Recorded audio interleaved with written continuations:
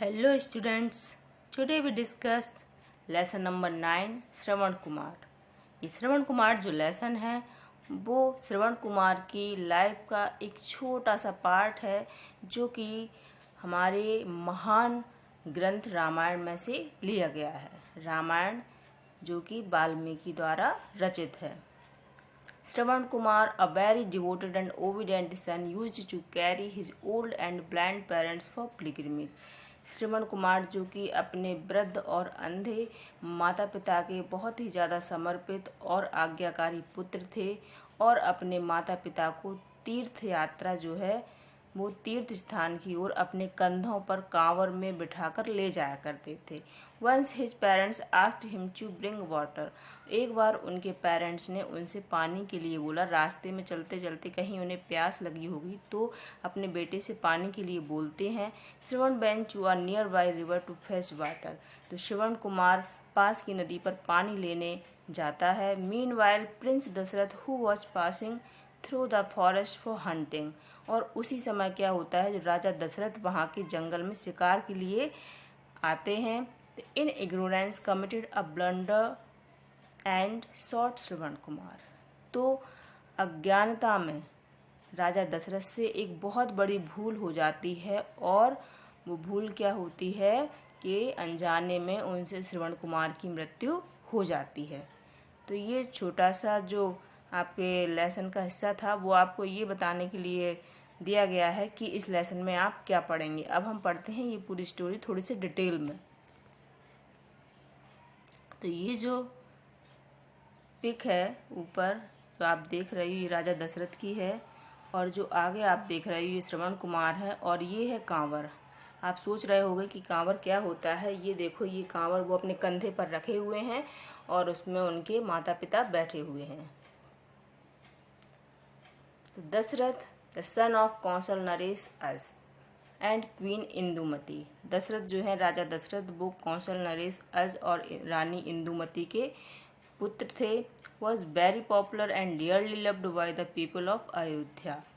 और ये बहुत लोकप्रिय और अयोध्या वासियों के बहुत ही प्रिय राजा थे। Ayodhya the capital of Kaushal state was situated on the bank of the Saryu river.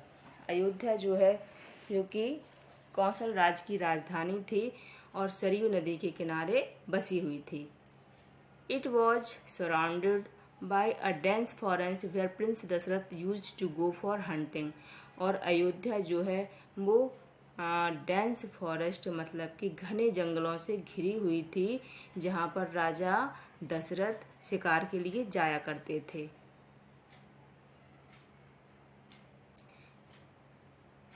He was an excellent archer। राजा दशरथ जो थे वो धनुष विद्या में बहुत ही ज़्यादा विद्वान थे, बहुत ज़्यादा होशियार थे। He could bring down the prey by shooting with his arrow following a sound। और वो अपने धनुष से अपना बाण चलाकर किसी को आवाज़ से ही मतलब आवाज़ सुनकर ही उस पर निशाना साध सकते थे, उस पर अपना तीर चला सकते थे और उसे मार सकते थे। इतने ज़्यादा होशियार थे राजा दशरथ धनुष विद्या में। Once Shravan Kumar the obedient son of an old and blind couple happened to pass through the forest around Ayodhya. Shravan's parents asked him to bring water. तो एक बार क्या हुआ, श्रवण कुमार क्योंकि आज्ञाकारी पुत्र थे अपने वृद्ध और अंधे माँ बाप के, तो वो उस अयोध्या के आसपास जो जंगल था उस जंगल से होकर गुजर रहे थे। Shravan's parents asked him to bring water. अब श्रवण के पिताजी ने और माताजी ने उनसे पानी के लिए बोला, उन्हें प्यास लगाई तो पानी मांगा। तो Shravan at once put aside his kanwar where in his parents were sitting and went away to bring water from the nearby river Saryu.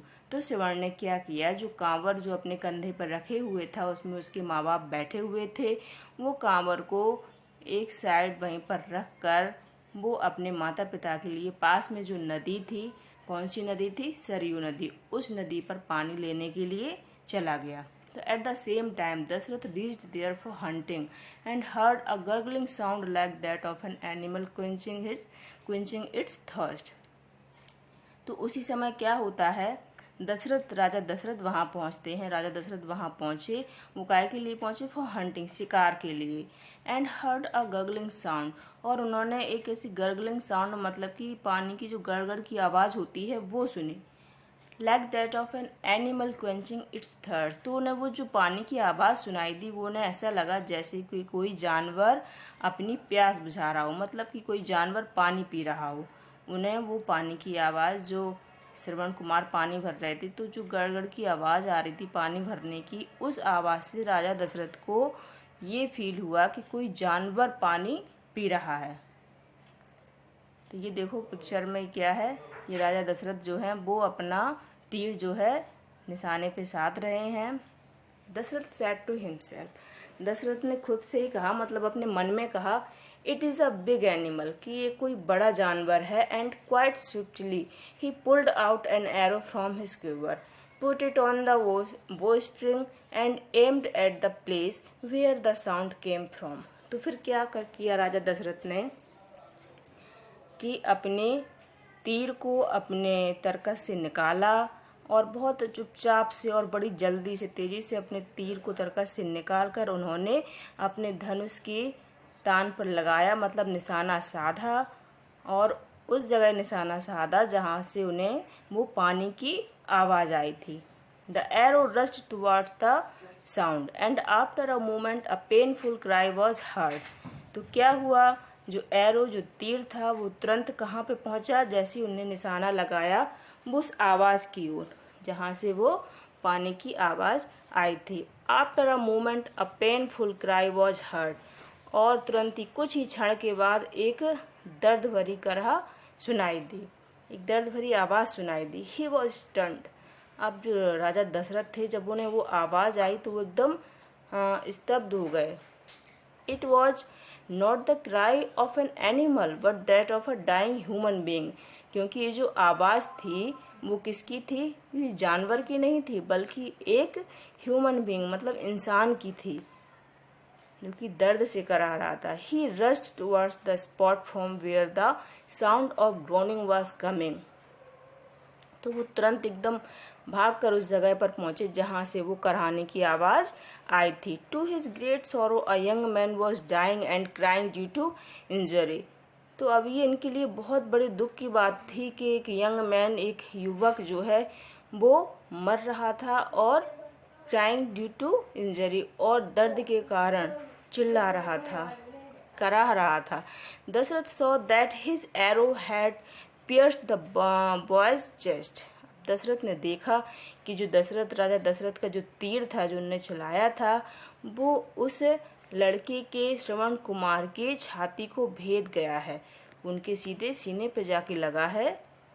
The young man had a pot in his hand but he was in a pool of blood, young man की, उस युवक के हाथ में क्या था, एक बर्तन था जिसमें वो पानी भरने गया था, और वो बेचारा यंग मैन जो था वो इन अ पूल ऑफ ब्लड, वो रक्त के तालाब में डला था बिल्कुल, मतलब जब उसे वो तीर लग गया तो उसका जो खून जो है वो बह रहा था, तो खून में लथपथ पड़ा था। It was Dasharath's blunder that he had mistaken the sound of water filling the pot with that of an animal drinking water, तो ये क्या था, ये राजा दशरथ की जो भूल थी। ब्लंडर का मतलब होता है बहुत बड़ी भूल।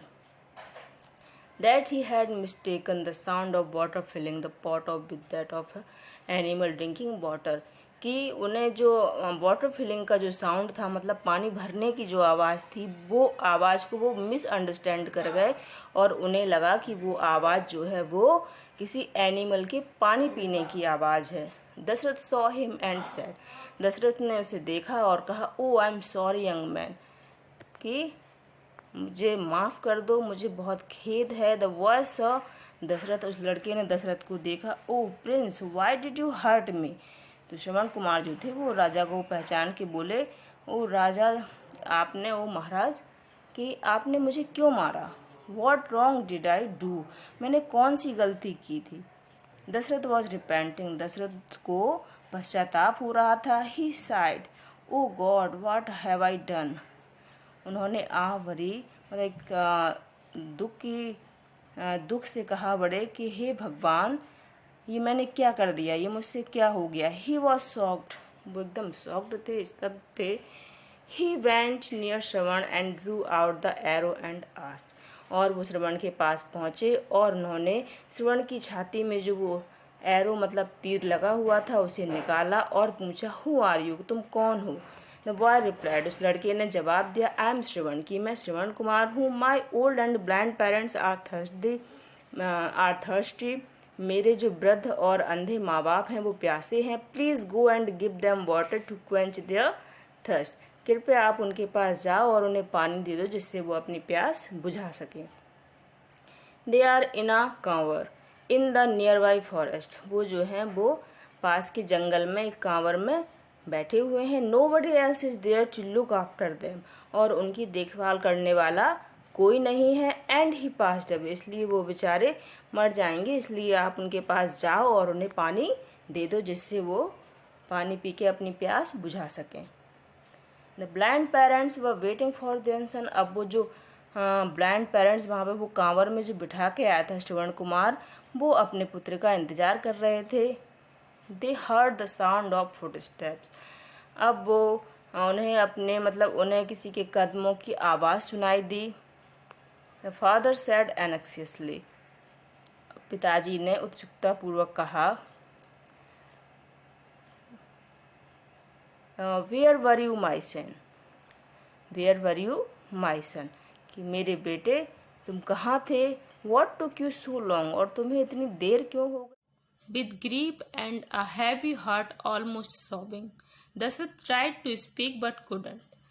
बड़े दुख के साथ और हैवी हार्ट मतलब हृदय जो है वो भर गया था दशरथ जी का, और ऑलमोस्ट सॉबिंग मतलब बिल्कुल रोने की कगार पर थे, आंखों में आंसू थे सिसकते हुए। Dasharath tried to speak but could not, Dasharath ने बोलने की कोशिश की लेकिन उनके मुंह से कुछ आवाज ना निकली। वाई डोंट यू स्पीक, उनके माता पिता ने पूछा कि तुम बोलते क्यों नहीं हो। With great difficulty Dasharath could speak, बड़ी मुश्किल के साथ दशरथ ने बोलने की कोशिश की, तब उनके मुंह से कुछ आवाज निकली और वो बोल पाए, I am Dasharath from Ayodhya, और उन्होंने बताया कि मैं दशरथ हूँ अयोध्या से। I have committed a terrible sin by mistake, और मुझसे एक भयंकर भूल भयंकर पाप हो गया है, वो भी गलती से। आई सॉट योर सन, और मैंने जो है आपके बेटे का वध कर दिया है, मतलब मेरे कारण मुझसे आपका बेटा जो है वो मृत्यु को प्राप्त हो गया है। आई बैग योर पार्डन, मैं आपसे क्षमा चाहता हूँ। It took their breath away and then they burst into tears, और ये बात सुनते ही उनके माता पिता जो हैं वो एकदम समझो एकदम रोने लगे, उनके आंसू एकदम निकल पड़े और उनकी जो सांसें थीं वो एकदम थम सी गईं। The old couple went on crying for long, और वो जो ओल्ड कपल मतलब उनके वृद्ध जो श्रवण कुमार के वृद्ध माता पिता थे वो रोते रहे।